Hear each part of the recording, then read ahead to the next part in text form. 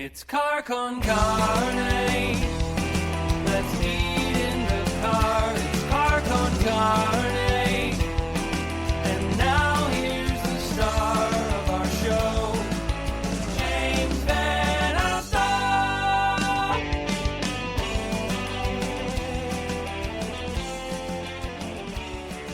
One of the things I craved the most when I was vegetarian was gyros. Oh, yeah.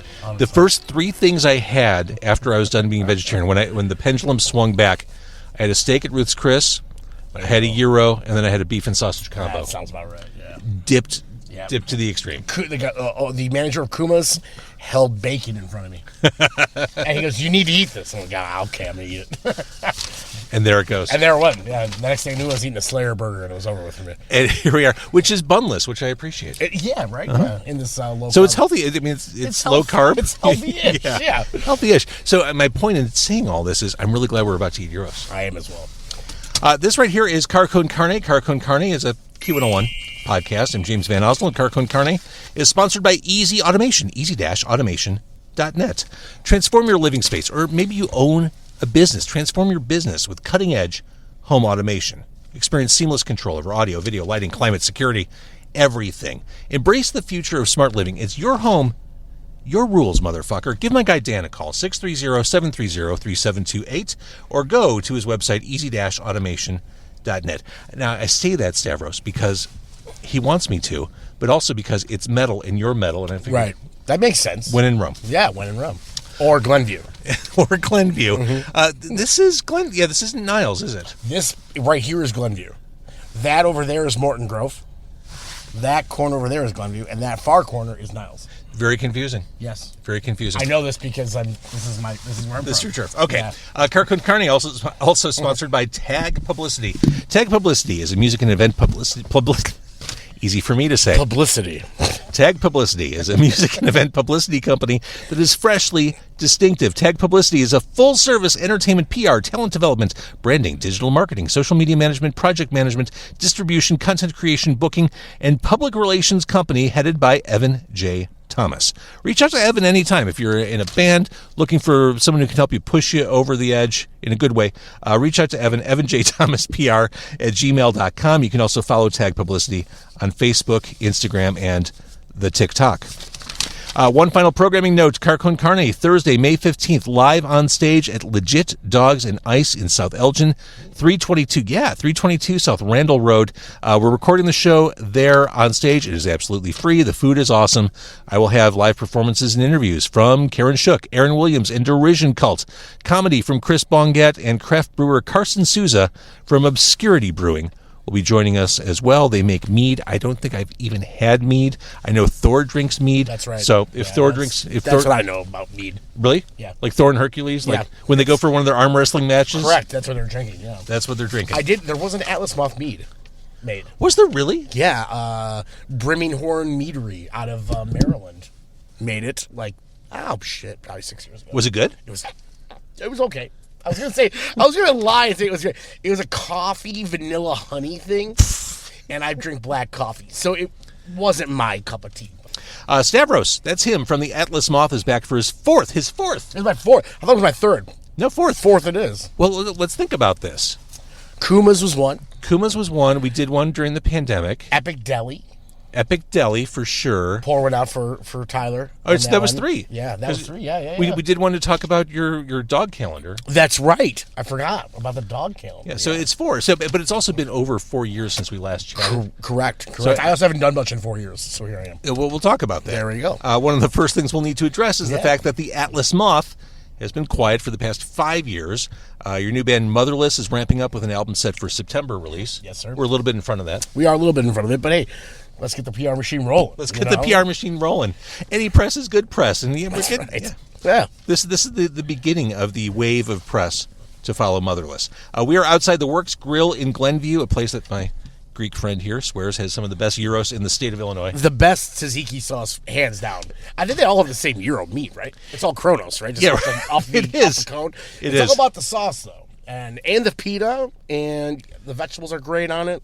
But yeah, the tzatziki, that kind of cucumber sauce. That's right, yeah. Yeah, you got to get that right. You got to get it right. And this place is the only place that's ever done it where it's not watery, it's kind of thick. Kind of reminds me of actually homemade. Okay. Which is really what it's all about, right? And you are Hellenic. I am. Yeah, did you grow up on like homemade? I did. Really? I did. That was a family thing. Yeah, only not in gyros. We didn't have a spit in it. You're right. But the sauce. I wish. But yeah, the sauce goes on everything, though, you know? So, it's a pretty simple sauce, too. Like Greek yogurt, lemon, cucumber, salt. This is the only way I like Greek yogurt. Really? Really. Like, if I'm buying yogurt to eat with, like, fruit, I want the Dannon-flavored, thin, no protein value whatsoever yogurt. Yeah, no, I'm like the guy that's now, like, replacing sour cream with Greek yogurt. Okay. It's a depressing state of the world that I'm in right now at 42 years old. I'm over here being like, maybe I'll have the wrap. And I really hate it. But it's just, I would like to walk, without unencumbered for the rest of my life and look good when I'm screaming into a microphone. So I want to be healthy as I watch the world spiral into oblivion. I want to. That's right. As our now president is calling Mattel, the toy company, a country. I'm not sure if you saw that today. That was a good one. That was overshadowed by news of the Pope. Pope from Chicago, Illinois. Pope from, all my funniest friends have been at like peak performance today. Bob the Pope. I'm into him. You know what I mean? Like I just saw on the way here a little reel of him being announced or coming out as the Pope, set to Sirius by Alan Parsons Project, like the Bulls engine song. That was it for me. I'm like, oh, you know what? I'm not a Christian. I'm definitely not a Catholic, but I'm for this guy, I think. Yeah, the Onion posted first Chicago-style Pope announced, and you see him like in his poppy seed bun. With Perfect. Yes, excellent. I love that. So we're in Glenview, outside the Works Grill. We're in the Talisman Center strip mall. Now, Stavros, correct me if I'm wrong. I know you're Greek. This is an Irish thing, but Talisman is... There is a four-leaf clover, which I literally told you I grew up behind here, literally about a football field away, and I've never noticed that there was a lucky, a four-leaf clover. This is the least lucky strip mall, I think, in the north suburbs. What I want to know, so the Works is here, and it is the standout location here. It's the only location that's not shuttered. That has weathered the storm of retail death. Growing up here, that was literally in the exact same location. Yeah. Owned by a Greek man named George from Tripoli, which my father's name was George from Tripoli. No way. They knew each other in Greece, and they hated each other. No way. He had a son named Stavros. No way. Yep. And I grew up playing basketball with right over here at Leitendorf Park. That's crazy. Yeah, right behind us is actually Washington School. Yeah. I'm a proud Wildcat. I went to 1 through 6th grade there. Across the street over there was the first Blockbuster in this neighborhood. I remember that. Mm-hmm. I rented all my original WWF VHS cassettes from. Nice. Yeah, there was also a like a trading card store in the 90s, right over there in that corner, which was technically my first job at like 11 years old. That's amazing. Yeah. And back in the day when 11-year-olds would work, I think my first job was when I was like 14 or 15. Oh, yeah. I knew how to drive a forklift when I was about 12. That's awesome. That's so Midwest. But we're in the strip mall, and like we said, the Works is here. There's something called the Urban Air Adventure Park. That was Burlington Coat Factory, and when I was growing up, it was a grocery store. It looks like a former grocery, and Burlington is now down the street by the also depressing Golf Mill Mall. The Niles, Glenview, Morton Grove area is just a plethora of dead malls. But here's my question for you. Here's my dare for you, Stavros. Here's my challenge. There's a place here called the BDG Sports and Gastro Pub. That's new to me. Okay. It is very nondescript. It is tiny. Yeah, it doesn't look like a gastropub. Like, I don't think we're going in there and ordering charcuterie. Should we try that? I'm saying after we're done recording, I think they've got maybe like a South Korean beer neon there. Is that what that is? It looked Italian with the coloring, it does. right? The color is white, red, and green. I say we poke our heads in. I'm in. Although I'll tell you, I have poked my head in to several nondescript, necessarily Asian places here, and I've gotten some really hard looks. One may have been a prostitution ring. Oh, I think I'm positive about it. Actually, that's a whole other story, though. This is going back to high school lore. Yeah. There's a lot of weird shops out here that will look at you really hard when you walk in, simply because you're not whatever they are. Well, if we can avoid human trafficking, it's like my goal every day. Yeah. You know? Now is here, been here for a while. What is? Oh, it's that is a Greek. That's more of a Eurotrash Greek. Wait, that's a restaurant? It is a cafe that turns into a nightclub. It looks like a Kitchen Nightmares restaurant. It like the kind of place that Gordon Ramsay would visit. That place definitely does something that's not legal. I'm positive about it. They're laundering something for something. There's something going on there for sure.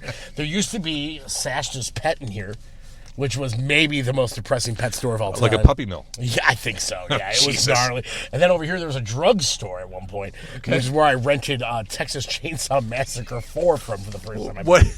What a great time to be alive as a kid. Yeah. There was the nightclub that you mentioned, and we rolled up. McGreevy's. Oh, McGreevy's, right. The teen nightclub. It was a teen nightclub in the 80s. We should start eating as we're talking. Yeah, right. I'd never been.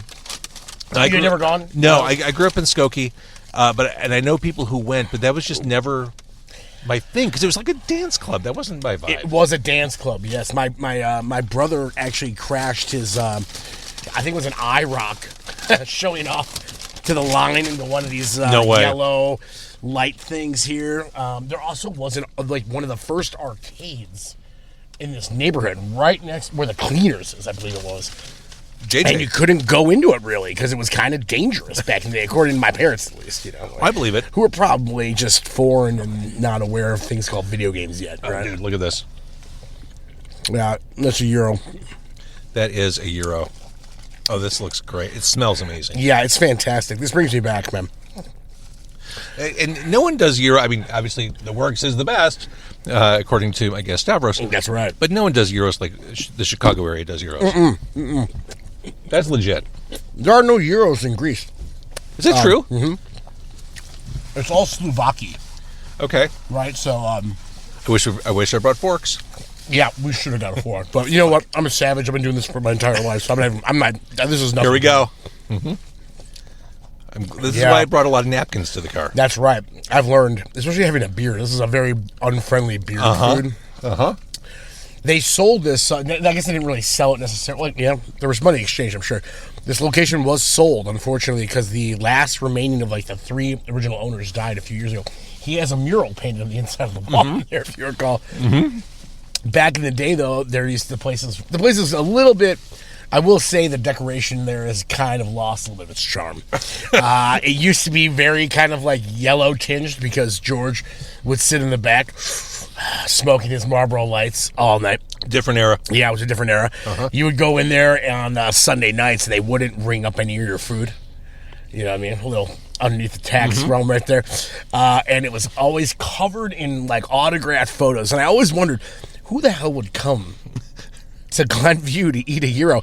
And the one person I can always recall being up there was Stone Cold Steve Austin. Which, yeah, I know. I always wondered how Stone Cold made it over here for a Euro. And also how I wasn't possibly there for that. Right. But those are all gone. Now they're replaced with very atypical, kind of nondescript food type art in there that's really lame. Gone is the typical painting in every Greek restaurant of that windmill, which is literally in every Greek restaurant ever. That's gone, but the food remains the same. They knew what they were doing. They did not change a single thing on the menu. The tzatziki is really good. It is where it's at. It's almost kind of sweet. Yeah. You're right. I never noticed that. And the pita, it's the right. I like that soft kind of. They fry it in the grease from. Oh God. I'm just totally blowing my diet right now, and I'm totally for it. I was sitting here being like, "Oh, well, if you're gonna cheat for a night, this is it, right?" You know. And I'm trying to pick at the Euro strips. You have to. I know, but just so I can get it to a handheld state, this is going to take a while. I know. Yeah, we're in for it right now. This is. We're going to be fist bumping, not shaking hands at the end of the day. 100%. Yeah, I'm also probably going to have to go and brush my teeth after this before I go see my girlfriend because this is not a bad idea. Serious. Not a bad idea. It's interesting. You said you grew up here. Greek family owned it. Your Greek family knew their Greek family. I remember growing up in the area. Significant, I don't know if it's still true, significant Hellenic population. A lot of Greeks out here. Actually, I think now I moved back to Niles now, last fall. And I think it's gotten Greeker. I'll tell you what, though, I grew up, I didn't know many Greeks, though. It was a very Indian and Korean neighborhood. So I grew up with a lot. It still is, right? Yeah, I grew up with a lot. It's kind of funny. I grew up with so many different kinds of people. Going, like I said, across the street to Washington, then I went to Gemini and then Maine East. Very, very, I was around everybody. I didn't understand the people that were like, oh, I never saw whatever, fill in a non-white race here until I got into college. It's crazy to me. I agree. I literally was the minority around here. And it was great, though, because there was always so much awesome food. And it's God, yeah. I mean, one of my closest friends in grade school owned a Thai restaurant, and it blew, my young mind. You know what I mean? Like, the Northwest suburbs really do have quite the food. When you think of, like, suburbs, you think of, like, it's all Applebee's, TGI Fridays, or some garbage, McDonald's. Not Chicago. I'd actually say the Northwest suburbs really kick ass out here as far as food goes. I agree. All right, so let's talk about you. Yeah. Let's talk about you as a musician. Not me as a gyro eater. Gotcha. Let's talk about the Atlas Moth. It's been very, very quiet. It's been very quiet. Like since pandemic quiet. Right. Very true. By design, a bit. We've done a lot of touring. I definitely threw away my life consistently every year. Several times, prior to pandemic. And I remember we were finishing up our touring for Coma Noir, our last record that came out in 2018. I remember our record label was like, we put out that record in February 2018. Our last show on that tour, technically it was the next year, but of our tour with Paradise Lost was in like LA in October 2018. And I remember our label came out there like, all right, so you guys are going to get ready to write a new record next year. And I was kind of like, what the fuck? Like, I toured my last record for 3 years, and the record before that, same thing. We were like, yeah, well, things have changed. That's how you got to do it. And it was really disheartening. We put a lot of work into that record, and we thought it had legs. I mean, it didn't get a bad review. I remember Sanford Parker, our producer, who's done incredible records, Yob, I Hate God, list goes on and on. He was like, I've never gotten a record with more press and it all being good, ever. Right. So I was pretty upset about that. I think we were all like really just burnt out, like we thought we had really had a great record on our hands that had more legs than that. And the way the world works, just didn't seem like that was going to work, So we came home and we like started writing a record, but very slowly, trying to kind of decide what like we wanted to do in the future or what we really wanted our band to be. And then the pandemic happened. And then you start wondering, if I can barely make rent, so just for the record here, we had Dave Cush was in our band. He ran his own online, like, spirituality, new age kind of store. We have Andrew Reagan, who's still in our band. He did own Kite String Cantina on Addison. Okay. With his wife, Renee, who was Rick Bayless's sous chef. Okay. And they make incredible taquitos, actually. Ooh. Shout out to them. Yeah, they're amazing. They owned a restaurant. Me and my girlfriend at the time were investors in Dante's Pizzeria, which I know you've had on the show before.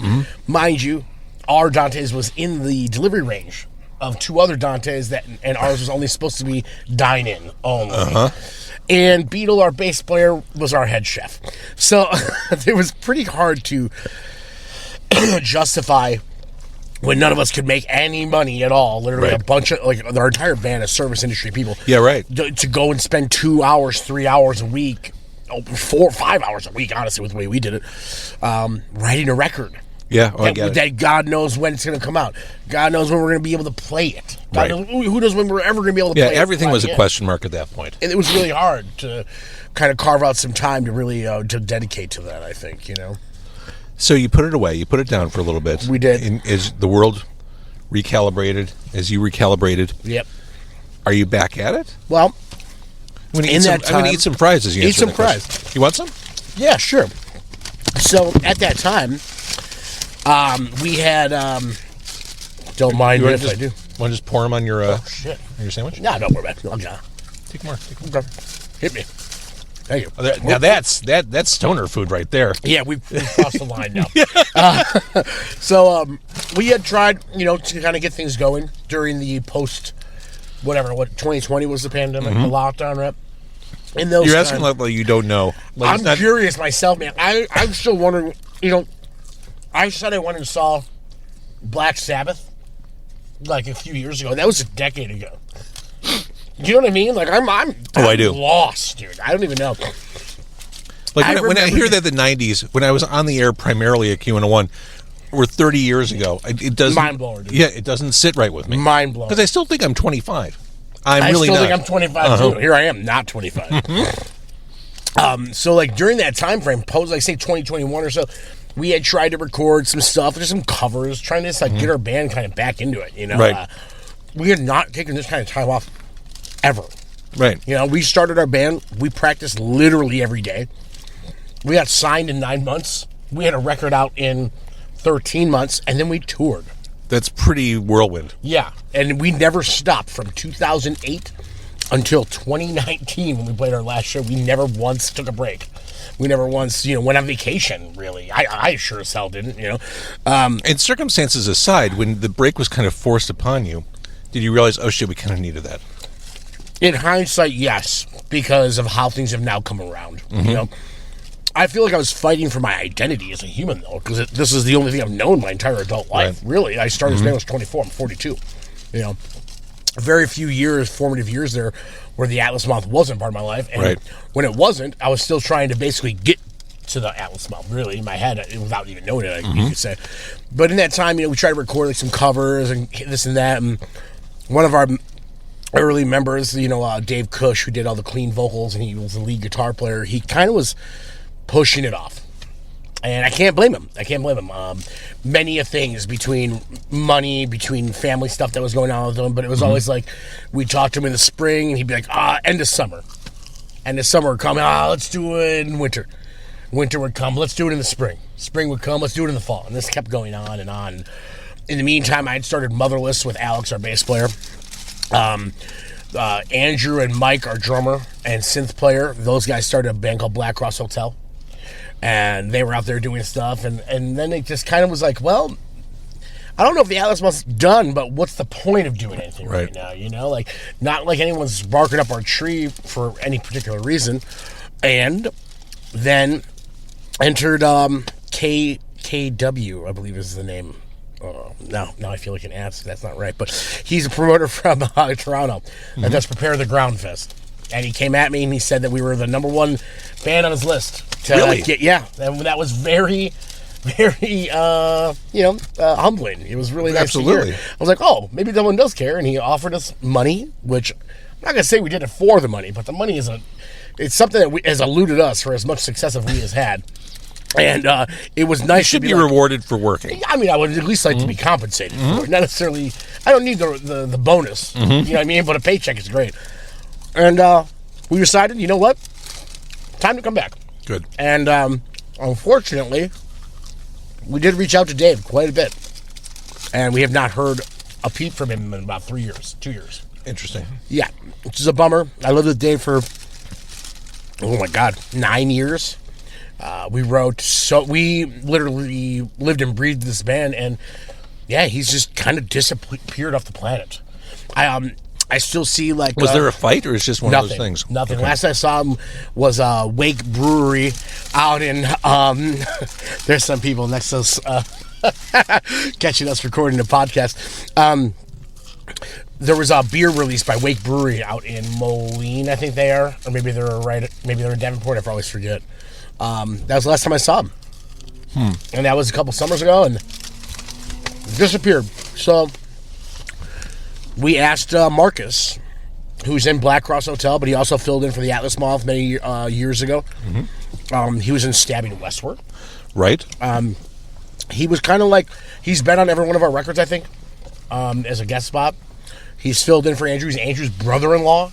Okay. So it was like, well, yeah, might as well, first right refusal. And here we are. I think we sound fantastic, too. He's been our new Dave. So tell me about covers. Covers.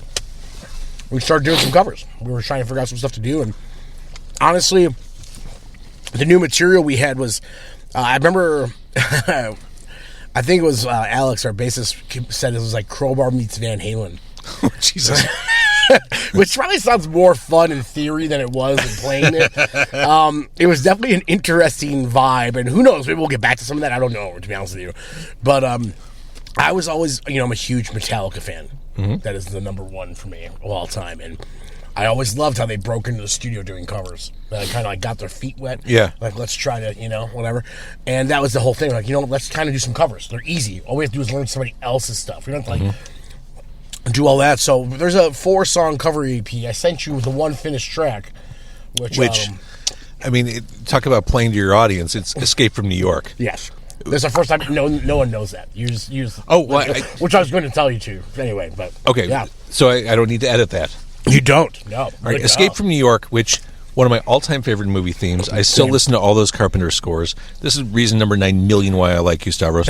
It's my favorite Carpenter. And I know you're a horror. You're a head, as they say. I am a head, as they say. Yeah, and I heard that for years. I was like, why don't we walk out on stage to that?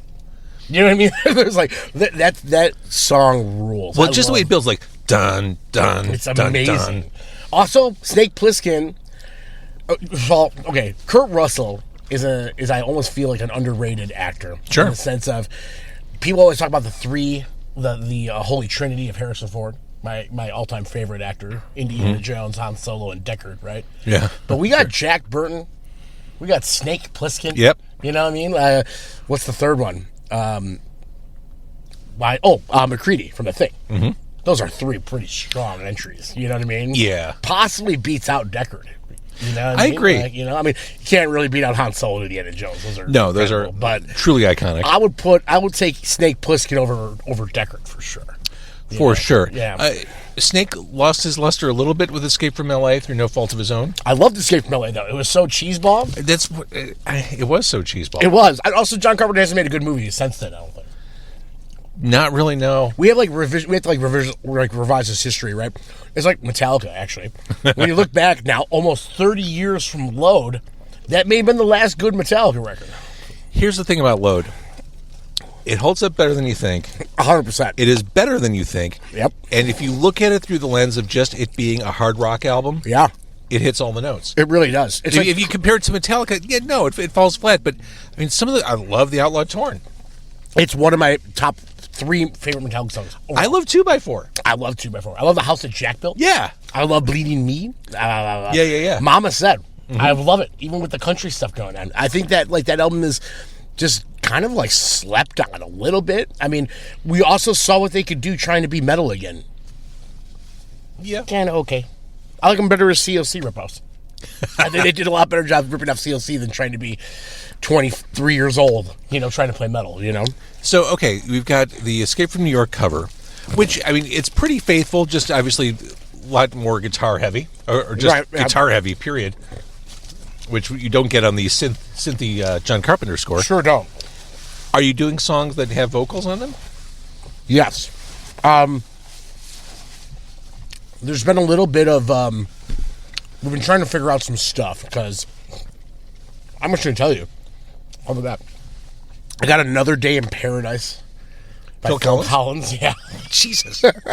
That riff in that song is meant for a metal. It's there. See, that's what a cover should be. It should be a reinvention. And absolutely. Not something I would expect you to pull out. Never. And I think we've covered... Who we covered before? We've covered the Models and the Popples. We've covered Pink Floyd. We've covered Failure, which the guys from Failure love. That's which awesome. Is kind of incredible. So we've always kind of gone a little bit outside of the box. We covered this, dare I say, hipster band, Hooray for Earth. Don't know them. They have a song called Black Trees that we covered on a 7-inch for Record Store Day a few years back. We've always kind of picked outside the box. What's the point of listening to a metal band play a metal song? You know that we can play right. metal, And, if a metal band were to pick a Phil Collins song out of the catalog, the first thing they're going to go for is In the Air Tonight. Of course. It takes balls to go for Another Day in Paradise. Not to mention, you really realize how talented Phil Collins is. Jesus Christ. Well, now, I'm older than you, so I grew up with all those records. Like, I bought Face Value and Hello, I Must Be Going, all right. and No Jacket Required. I bought those when they were new. Like, I grew up with Phil Collins. Right. I agree. He's incredible. Mm-hmm. So we were kind of going... Mind you, we started this during the first Trump presidency, I want to let you know. So we were all feeling a certain way. Uh-huh. Another Day in Paradise, Escape from New York, Planet Earth. Duran. Which is one of that's a good one. Yeah, it's one of our favorite bands collectively. We all love Duran Duran. My middle name is John, after John Taylor. It is not. It is. Yeah, that's Your true. parents named you after John Taylor? Technically, my sister did. If I was a boy, my brother got the first name. My sister got the middle name. If I was a girl, flip-flop. I was a boy. Here I am. So, John Taylor. Duran Duran, again, another band I grew up buying those records. I think their place in music Incredible. is rock solid. And those albums are so fucking good. I love all of them, too. You know, like, there's really no Duran Duran I don't get down with, oddly enough. And then, this was my pick, personally, because I've been dying to do something a little bit along these lines. And the song I thought was perfect was Looking Down the Barrel of a Gun by the Beastie Boys. Oh, from Paul's Boutique. Yes. Well done. I am a huge hip-hop head, and I always sit there and say that I'm a rapper because all of my lyrics follow a kick and a snare. You know what I mean? Like, everything I do is on a kick and a snare. So I've always thought about it. I always joke that I'm a rapper in a metal band.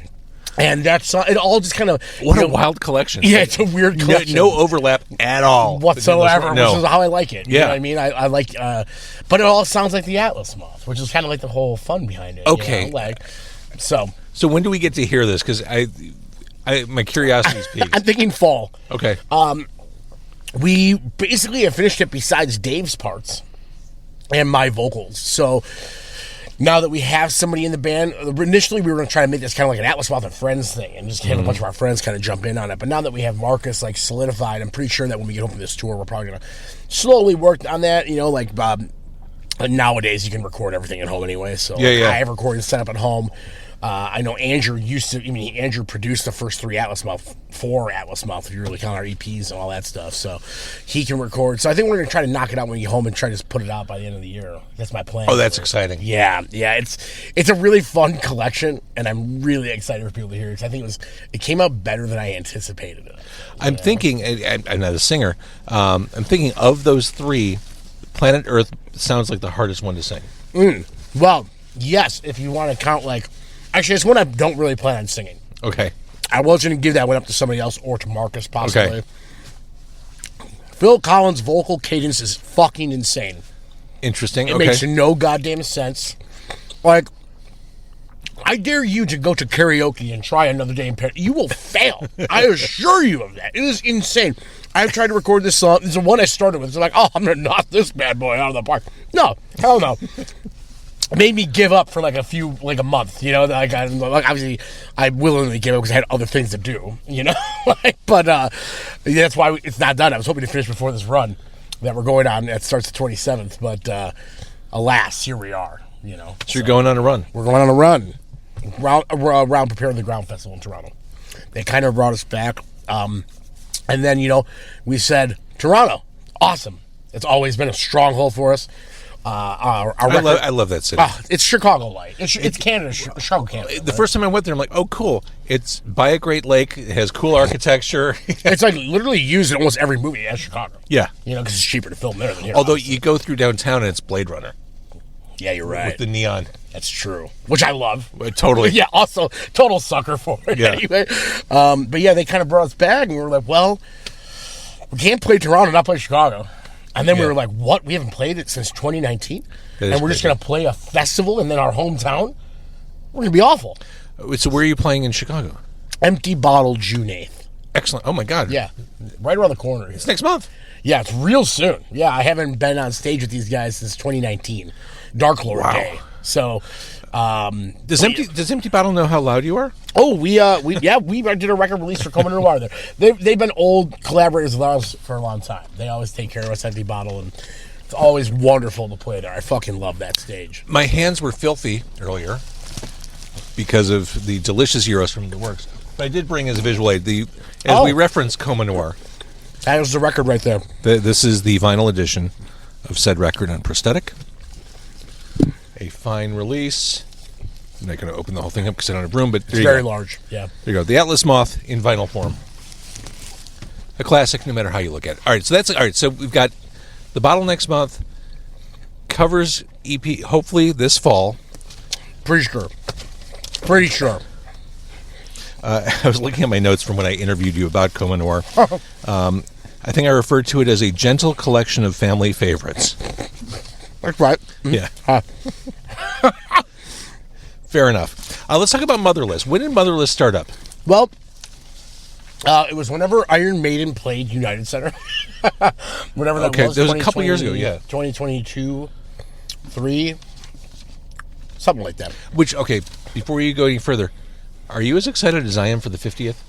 Yes. That tour is going to be ridiculous. I fucking love Iron Maiden. I fucking love Iron Maiden. Every album up through Fear of the Dark on this tour. Literally, and you know what? I saw them, well, you know, it could be 10 years, it could be 15 years, who fucking knows.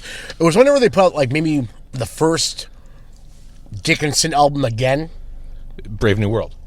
Was that it? Yeah, right? So that was 2000. Christ. What the fuck, man? So that was Ghost of the Navigator, Brave New World, Blood Brothers. Was that Rosemount, I think? Mm-hmm. And they played all of Brave New World. And I was like, what? You know, like, where the fuck is the Trooper? Iron Maiden's one of the only bands that can do that and get away with it. They did the same thing with, what was it, Matter of Life and Death, like 5 years later. So I swore it off. I'm like, I'm not going again. Really? Yeah, I was like, fuck that. Oh, in hindsight, do you realize you... A little fucked up.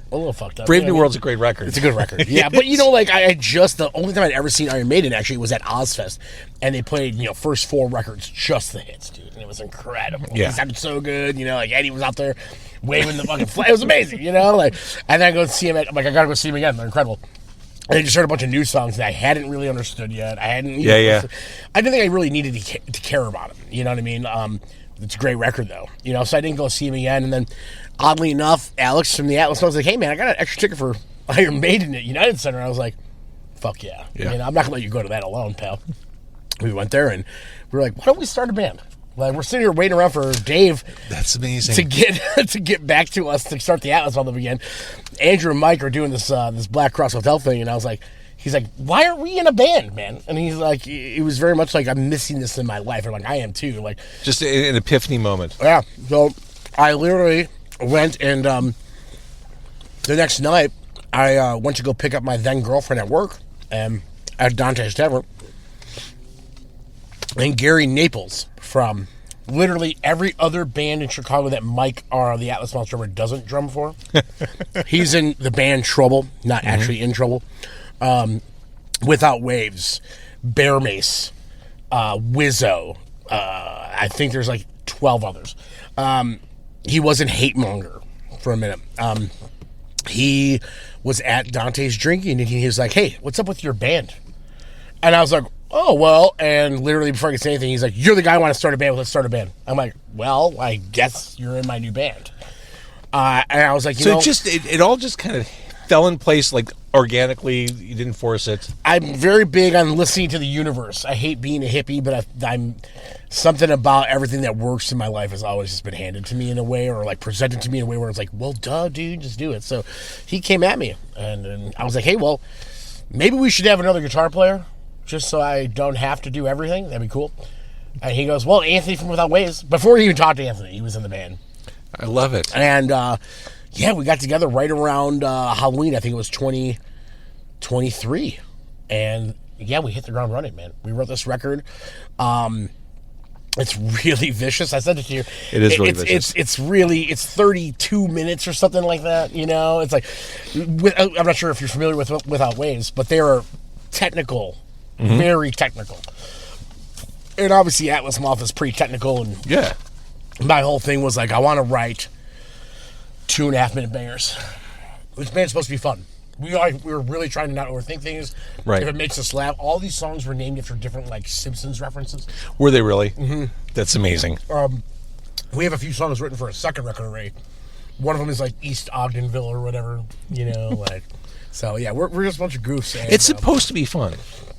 At the end of the day, that's all you're getting out of it nowadays. Yeah. I'm not becoming a rich man off of fucking playing heavy metal, dude, you know? Like, I'm well aware of that. But the fact of the matter is that I have to do it. Because in those years of the Atlas Moth being off, I was a miserable human being, you know? I honestly feel like I lost a little bit of who I was. Yeah, you've got to have your creative outlet. I have to, yeah. So, unfortunately, I did not choose pop. You know, something to make me rich and famous, which is great at this point. But once you reach, I mean, you said you're 42 years old, right? 42? You reach a certain age, you're like, I just need to do things to make my soul happy. Yes. I don't care about being any. I was just hanging out with Def Heaven, who are old friends of ours.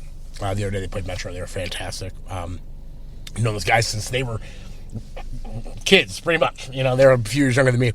I love them, you know, like brothers. And I sat there and I was like, I'm so happy for you guys. I can see like my boys who opened for us headlining Metro sold out. And then I was like, I would love to play that show, but to headline that show sounds like a fucking headache. I would never want to do it. I just don't think that I don't want to have. I want to open for bigger bands. I love that. I love playing to as many people as possible. I don't want the responsibility of headlining a 20,000 cap venue or something. It sounds awful. Yeah, I get that. You know, it's just not for me, man. I appreciate my privacy more than I ever have, especially in the state of the world.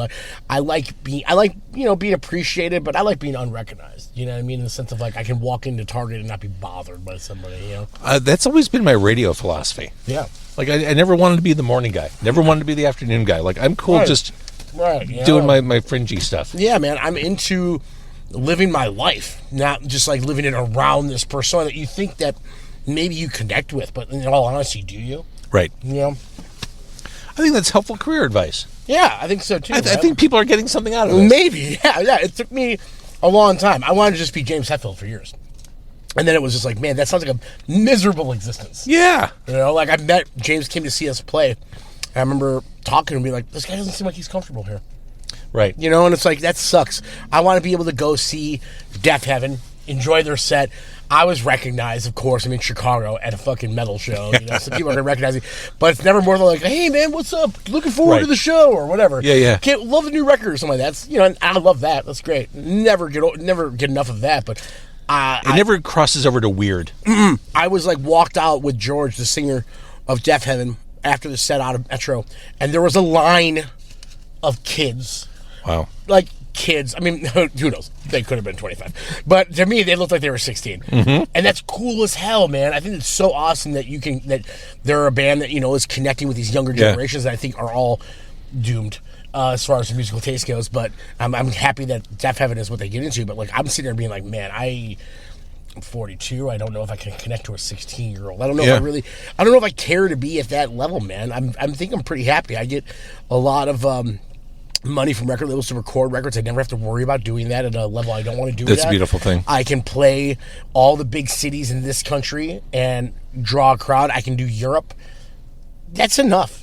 I'm happy. I have abundance, man. That's the right perspective. Yeah. And you brought up an interesting point. I have a daughter who is just turned 19, which is astonishing to me. Amazing. But yeah, I wonder where that generation is getting their music with guitars from. I don't know. You know, I'll tell you what, I've been seeing a lot more kids interested in guitar music. And that's encouraging. Yeah, it is encouraging. You know, I can't imagine that there wouldn't be. Everything is cyclical. Of course, but the cycle's taking a lot longer than anyone expected. Agreed. I mean, you've been around in radio for years, but through my growing up, right? You know, you were a voice of my teenage years.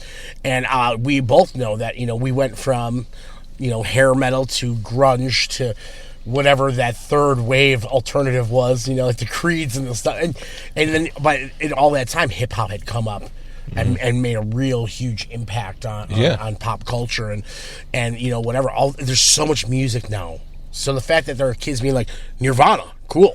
I'm like, yo, right on, dude. You know what I mean? We seeing kids waiting outside with every Death Heaven vinyl, waiting to get signed. I was like, that's awesome. This is encouraging. For a long time, I was only seeing guys that look like me. Right. You know what I mean? Standing in the back with your arms crossed, judging me like they could do it better, you know? A bunch of guys who look like they run craft breweries. 100%. Yeah. They love craft beer, and they look like they should be chopping wood, but they've never picked up an axe. Not once, yeah. You know, so it's nice to see kids out there being like, oh, man, I like these bands, you know? Like, and I hope that there's like some sort of like Terminator-esque fight back against AI, you know, to stop Skynet, because that ship has set sail. I turned on my phone this morning, and overnight it had updated with the new operating system, so everything is AI powered on my phone now. Great. All right, so to summarize, Stavros, we just had delicious gyros. We did. I really do miss. I haven't had gyros in so long. I haven't had one since I moved back out here, and I'm glad. I was like, oh, he brought up the works. I'm going to eat this motherfucker. You know? And you're right. The sauce makes the difference. It does. I think that there's one. Well, so there was a place out here called Wally's. I think that's gone now. Okay. I don't even know. That was the other one. I think that was good. I think it's gone. I think this is the reigning king. Now, if we've learned anything, gyros is not car food. Dude, we did it. Is it not car food? Well, I mean, I'm not a big, like, eat meat with your hands kind of guy. Like, I would have preferred a fork and a knife for that. Okay, you use those things. Okay. Yeah. Like, I would say you could drive and eat it. Oh, no, driving, that you're wearing those onions home. Yeah, absolutely. If I'm not already. Hey, as it is, I've got... I already got a little bit over there. Got some sauce. I probably have a gyro inside my jacket. Shake it out when we... Yeah. All right, so Atlas Moth, we'll see you at the Empty Bottle in June. Covers to come with Phil Collins, Duran, Beastie Boys, and John Carpenter. How can you go wrong? Also, I have written a new song, so there will be some new Atlas Moth records coming. This is awesome. And then Motherless, September 5th, for just this blazing, blow your head off in short order songs. Yeah, actually, we have a record release. We just confirmed it yesterday with a fellow Chicagoans, Death Pose. Fantastic band from here. They're on Brutal Panda Records, which is one of our old labels, one of our old Talisman labels. We're going to do a dual record release show August 29th at the Burlington. Oh, nice. Yeah, so that's going to happen too. So. Not the Burlington Coat Factory. No, not in Golf Mill. It'll be at the Burlington on Fullerton Avenue. Okay. Yeah. Although that would be pretty metal. It would be kind of. I think I would prefer to play in like underwear though than the coat section. You know what I mean? Like, yeah. A little bit more open, not as bulky. Yeah, no, that makes sense. Right, that makes sense. Right. All right, Stavros, thank you for doing this. Always. This was 4 years between appearances. I just did it to hang out. To be honest with you. Right. I when I left the house, I'm like, I'm going to hang out with Stavros. This will be cool. Yeah, it'd be fun. Yeah, I was super stoked. We did say that we were going to go to Kukla. Right? We had talked about Kukla, that place in Niles that's opening up. Yes. Yes, and it's still not open.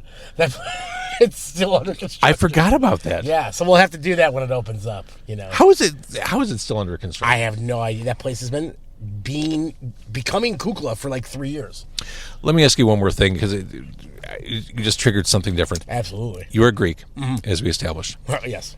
Is the term Greek lightning offensive? Not at all. Not to me. I mean, that's what you call when you need a new roof. Or like the flooring tile is too cracked, and maybe Greek lightning hits this place. There was actually a place down the block over here too called Boobies. Yeah, of course, everyone knows Boobies. Look it up if you don't, because it's on brand.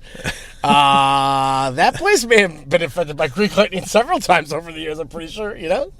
Pretty positive. It's a stormy area. It is a stormy area. That's right. Can't go wrong. All right, thank you, Stavros. Thank you, James.